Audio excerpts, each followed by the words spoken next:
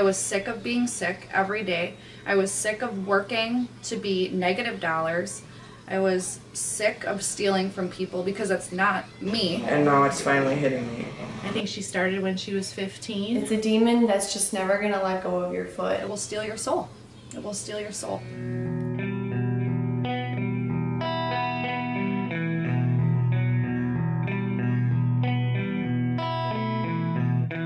We all want to feel like we're alive, but we don't want to. Jeff, Zach, Justin, Molly, Doug, Kristen, Tony, Mike, Amanda, Matt, and another Zach. The reason I read that list is because these were 11 of my friends that have died from heroin overdose in the last 6 years. And they all started with pills, Vicodin or Percocet, and it all led them to death because they eventually started using heroin, and yeah, snorting it at first. Then they started shooting up, and now they're all in the ground, 6 feet under. And a couple of these were really, really good friends of mine. And one of them was a great friend that I'd see at meetings every week. He was sober from heroin for 5 years, and he just got in with the wrong friend again, started hanging out with her again, and it started by them drinking. And then 2 days later, he shot up and died in his apartment. And that was 3 months ago now that he's been gone.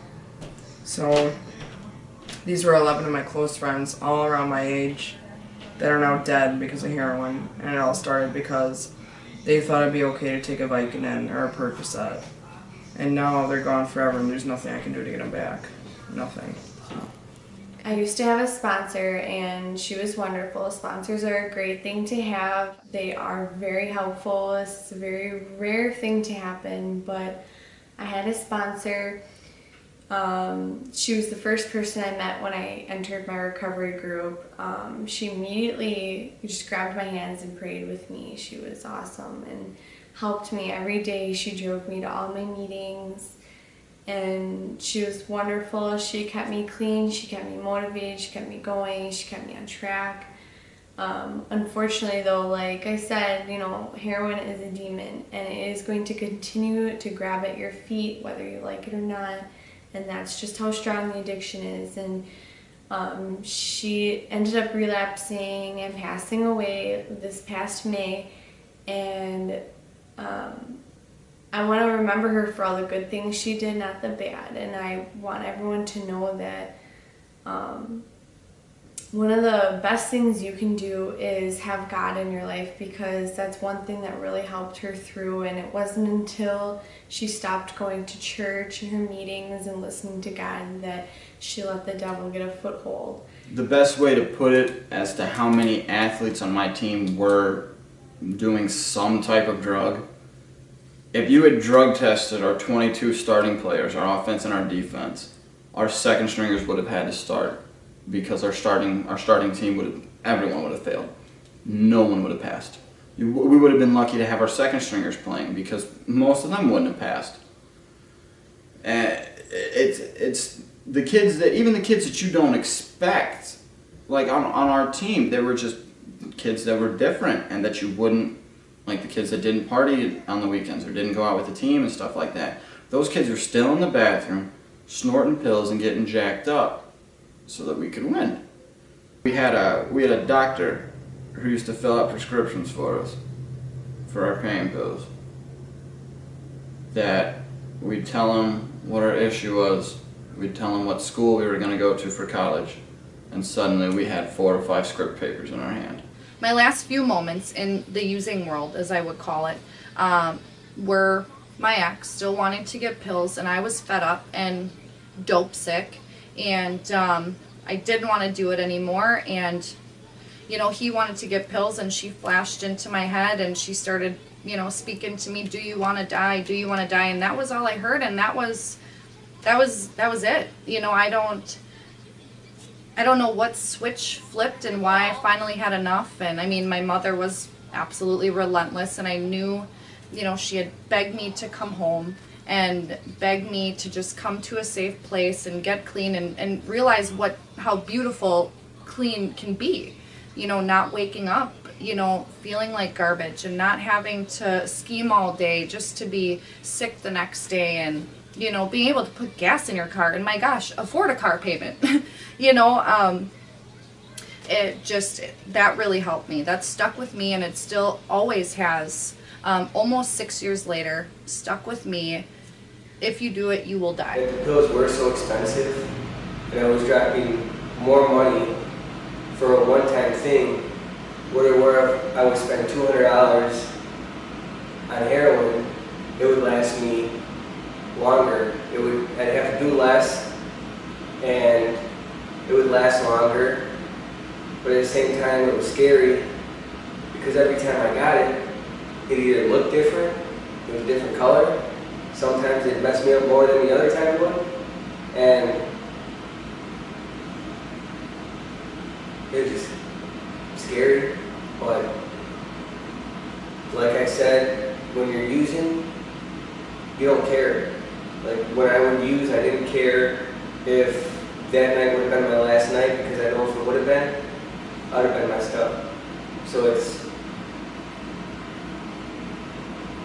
I knew how dangerous it was, but you don't care. You don't care.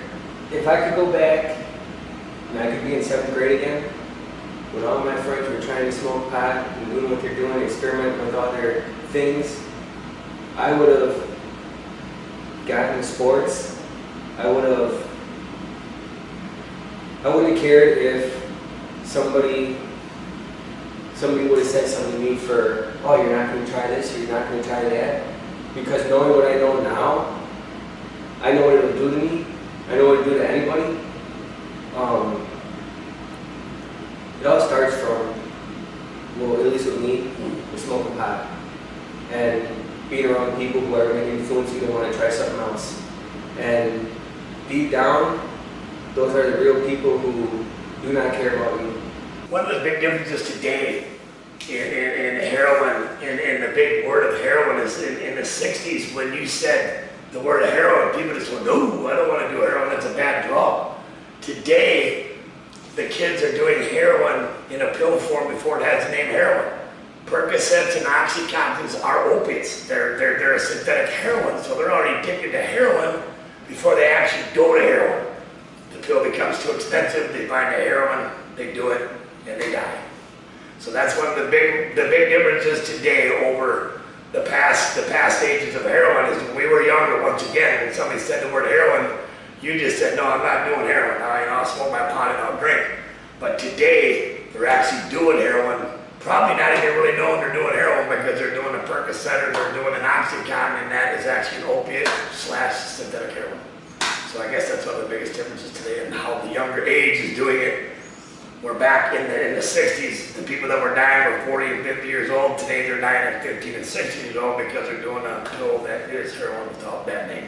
From the first time I shot up, it was an absolute overtaking of my soul that stole me from my family for many years, that stole me from myself. I was no longer me, and you will no longer be you once you try this. One time is all it takes for that part of you to be taken away. And one time is all it takes for you to die, potentially. You take too much and that's it for you, and your mother is without a daughter. Your father is without a son. And this is really important to me. This still, to this day, bothers me. My grandfather had a heart aneurysm. And one night I was laying in bed, and I was so high that I didn't go to the hospital his last moments on this earth. And my grandfather and I were very, very close. My mother called me and said, Ashley, you need to get here now. Your grandpa's heart aneurysm has burst. He's going to die. Please come here. He wants to see you. And I was too high.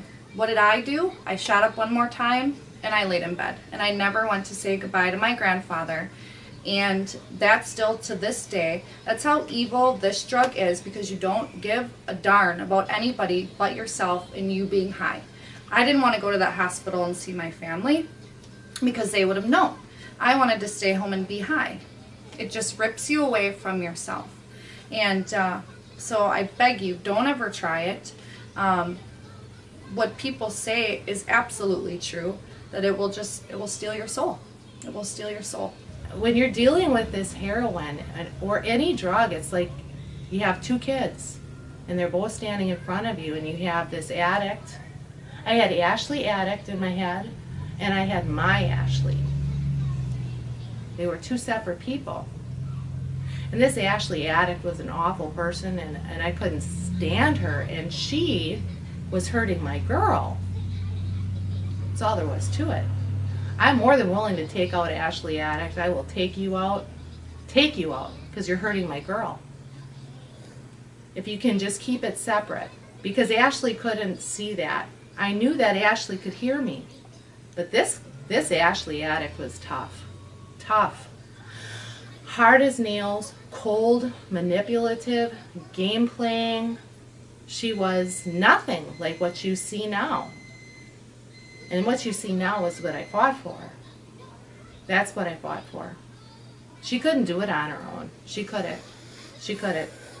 Once you face the reality that you're dealing with this addiction, as hard as you would fight cancer, as hard as you would fight a disease, you don't give up until it's done. Tony, we're in the hospital, and I just want you to know,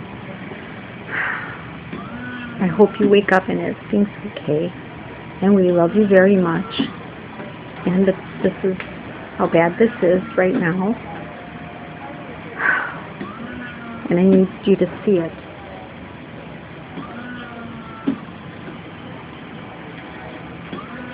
And we're just sitting next to you, waiting for you to wake up, and we love you very much.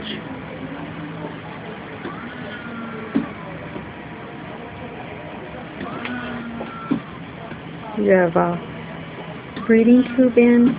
You have propofol to keep you asleep because you were twitching and they didn't know what was the matter. And you have a catheter in. And we love you so much, and we want you to be with us forever. To feel like we're alive, but we don't want to have to sacrifice hypocritical disease.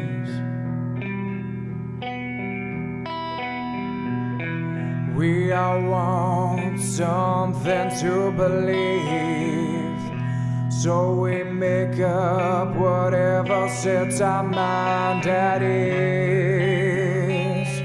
Masqueradical disease.